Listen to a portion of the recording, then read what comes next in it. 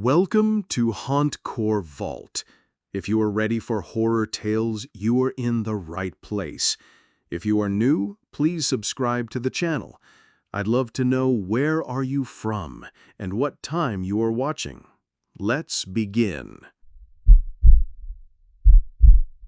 One afternoon, my friend and I were riding our bikes down this quiet, rural country road. Out of nowhere, a beat-up panel van started trailing behind us.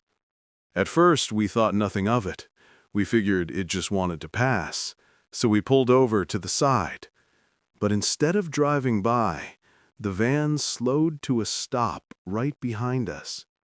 We brushed it off and kept going, but it kept happening. No matter how many times we pulled over, the van would just creep along, matching our pace. It felt wrong, but we didn't know what to do. Eventually, we came to a T in the road. We turned off to the right and pulled over again, thinking, okay, now he'll have no choice but to pass us. But instead, he floored it, swerved up right next to us, and suddenly the side door flew open. For a split second, everything felt frozen. And then, thankfully, another car appeared at the intersection we had just turned off. The van door slammed shut, the tires screeched, and it tore away down the road. At the time, we didn't fully grasp how close that call might have been. But a few months later, I was sitting with my parents as they watched the news. A picture of that same van flashed on the screen. I said casually, "Hey, my friend and I saw that once." My parents immediately went quiet, then quietly freaked out. Turns out, the van belonged to a man who'd been charged with child pornography and molestation. Looking back, it still gives me chills knowing how close we might have come to something we couldn't have escaped from. When I was a kid, maybe 6 or 8 years old, my mom, my brother, and I were on a train heading home after visiting family.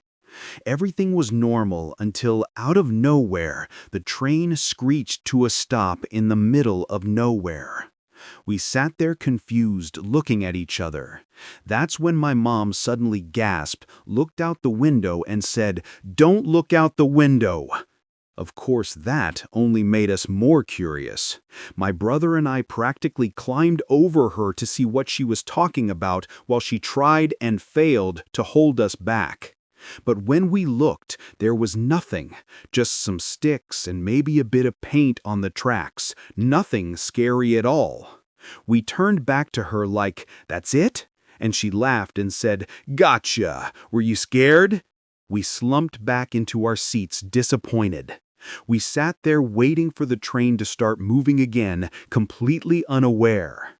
It wasn't until years later that she told us the truth. What we had seen that day wasn't sticks or paint. It had been a suicide on the tracks. We were too young to recognize what we were looking at, and my mom had managed to turn something horrifying into nothing just to protect us. Looking back, I'm amazed at how calmly she handled it, how she shielded us from something so awful in the middle of that moment. When I was about 10 years old, a new family moved into the house next door. From the very beginning, there was something off about them. In their backyard, they had set up what looked like a shrine, candles lit around a face carved into a tree.